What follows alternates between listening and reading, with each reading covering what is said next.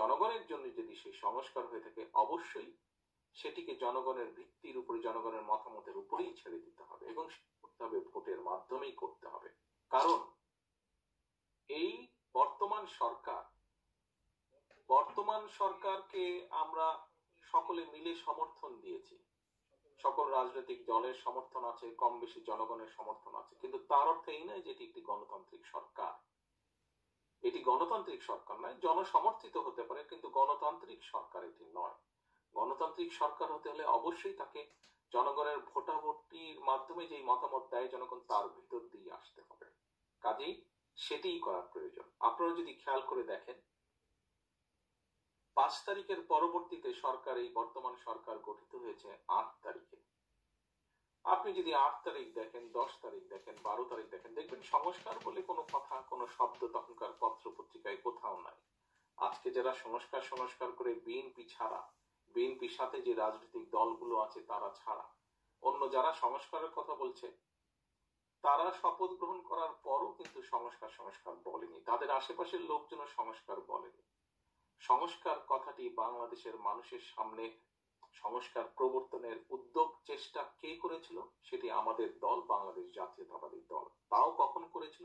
যখন স্বৈরাচার বন্দুকের নলের জোরে ক্ষমতা ধরে রেখেছিল জোর করে, সেই সময় আমরা বলেছি সংস্কার প্রয়োজন। আজকে এই গভর্নমেন্টের, আমাদের ইন্টারিম গভর্নমেন্টের অনেকে অনেক সংস্কার কমিশন করেছে, অনেকেই বলছে এই প্রধানমন্ত্রী 2 বারের বেশি হতে পারবে না, উচ্চকক্ষ সংসদ হতে হবে, এরকম আরো অনেক জিনিস বলছে। দেখুন, এই কথাগুলো কাদের ছিল? এই কথাগুলো আমাদের ছিল, আমরাই বলেছি। 31 দফা নামক যেই দফা 31টা আমরা দিয়েছি, এটি কেন আমরা দিয়েছি? বিকজ আমরা মনে করি যে স্বৈরাচার, দেখবেন 31 দফার ভিতরে আপনারা নিশ্চয়ই এর মধ্যে অনেকে পেয়েছেন, যারা পেয়েছেন তারা যদি দেখেন, 31 দফায় বইটার প্রথমেই লেখা আছে রাষ্ট্র কাঠামো মেরামত। রাষ্ট্র কাঠামো মেরামত গত 15 বছরে স্বৈরাচার যে ভেঙে চুরে দিয়েছে, সেই উপলব্ধি প্রথমেই বিএনপি করেছে। আমি আমার বক্তব্যের শুরুতে একটি কথা বলেছি, আমাদের মূল লক্ষ্য এবং উদ্দেশ্য হচ্ছে জনগণ এবং দেশ। কাজে জনগণ এবং দেশের স্বার্থে, জনগণ এবং দেশের ভাগ্য যদি পরিবর্তন করতে হয়, কতগুলো সংস্কারের প্রয়োজন, যা প্রথমে আমরা 27 দফা হিসাবে দিয়েছিলাম।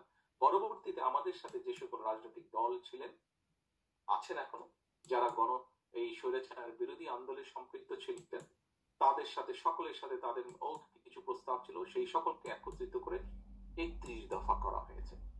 সেই সময় আজকের যারা সংস্কার না হলে এই করা যাবে না, সংস্কার না হলে নির্বাচন করা যাবে না, সংস্কার ছাড়া কোনো কিছু হবে না, এত বড় বড় কথা যারা বলছেন, একটু কেউ কি প্রমাণ দিতে পারবেন যে তারা কেউ সংস্কারের কথা তখন বলেছিলেন যখন স্বৈরাচার ছিল, তখন সাহস করে স্বৈরাচারের মুখের উপরে সংস্কারের কথা বলেছিল? কেউ বলেনি, একমাত্র বিএনপির নেতা কর্মীরা ছাড়া সেই সময় সেই স্বৈরাচারের মুখের উপরে কেউ সংস্কারের কথা বলতে পারেনি।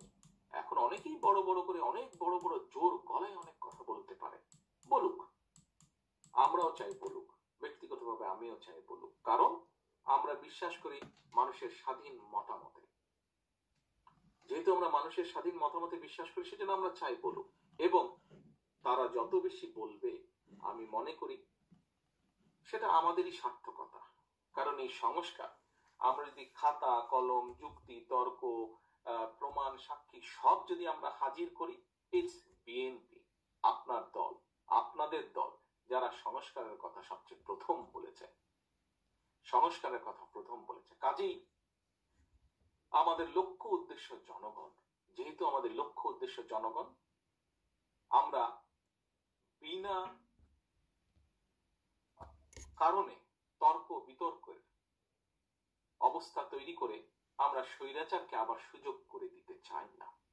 আমরা মনে করি যেই 31 দফার মধ্যে, যেই সংস্কার প্রস্তাবের মধ্যে আমরা দেশের কৃষকদের কথা বলেছি, যেই সংস্কার প্রস্তাবের মধ্যে আমরা দেশের শিল্পের কথা বলেছি, যেই সংস্কার প্রস্তাবের মধ্যে আমরা দেশের মানুষের স্বাস্থ্যের কথা বলেছি, যেই সংস্কার প্রস্তাবের মধ্যে আমরা দেশের বেকারদের কর্মসংস্থানের কথা বলেছি, যেই সংস্কার প্রস্তাবের মধ্যে আমরা দেশের নারী সমাজের কথা বলেছি, যেই সংস্কার প্রস্তাবের মধ্যে আমরা দেশের বিচার ব্যবস্থা সংস্কারকরণের কথা বলেছি, যেই সংস্কার প্রস্তাবের মধ্যে আমরা দেশের প্রশাসন ব্যবস্থা সংস্করণের প্রস্তাবের কথা বলছি, এইগুলোর কাজ যত দ্রুত হাত দেওয়া যাবে দেশকে তত দ্রুত ধ্বংসের হাত থেকে রক্ষা করা সম্ভব হবে।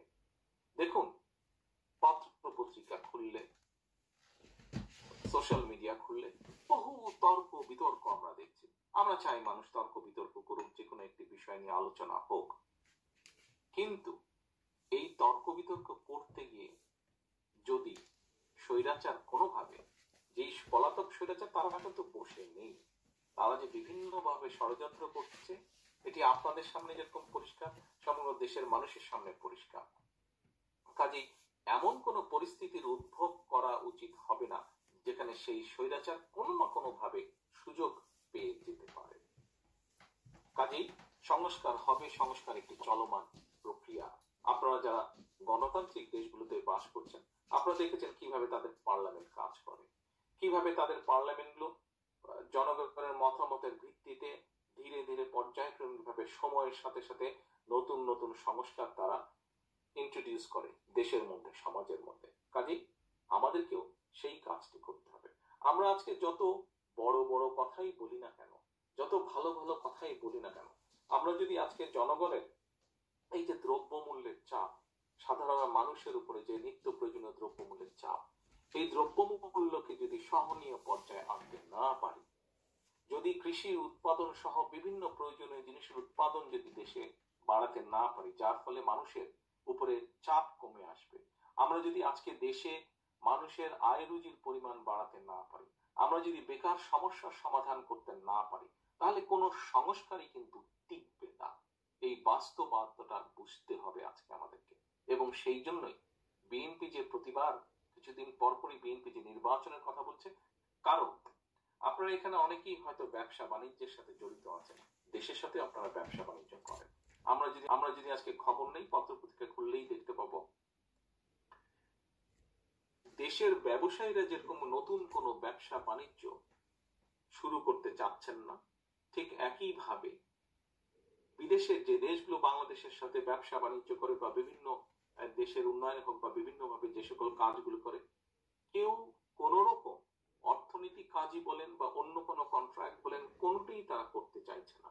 কারণ প্রত্যেকেই চাইছে যে দেশে একটি নির্বাচিত সরকার আসুক, কারণ নির্বাচিত সরকার আসলে তার পিছনে জনগণের ম্যান্ডেট থাকবে, এবং জনগণের ম্যান্ডেট যার সাথে আছে তার সাথেই দেশের ভিতরেই হোক দেশের বাইরেই হোক, ব্যবসা বাণিজ্যই হোক অথবা দেশের স্বার্থে রাষ্ট্রের স্বার্থে যে সকল চুক্তি করা প্রয়োজন, সেই চুক্তিগুলো একমাত্র তাদের সাথেই করা সম্ভব যাদের পিছনে জনগণের ম্যান্ডেট আছে।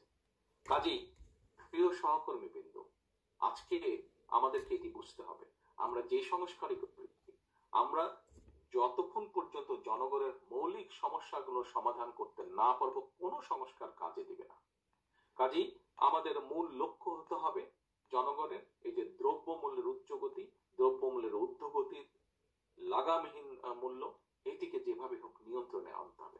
আমাদেরকে লক্ষ্য রাখতে হবে আমাদের আগামী ভবিষ্যৎ প্রজন্মের যে শিশুরা, তাদের যে শিক্ষার যে ত্রাহি অবস্থা, এটিকে আমাদের ঠিক করতে হবে, যাতে আমরা ভবিষ্যতে এমন একটি প্রজন্মকে গড়ে তুলতে সক্ষম হই যারা একটি জাতিকে নেতৃত্ব দিতে পারবে। আমাদেরকে স্বাস্থ্য ব্যবস্থার দিকে নজর দিতে হবে, যাতে আমরা একটি সুস্থ সবল জাতিকে গড়ে তুলতে পারি, যারা আগামী ভবিষ্যতে এই জাতিকে নেতৃত্ব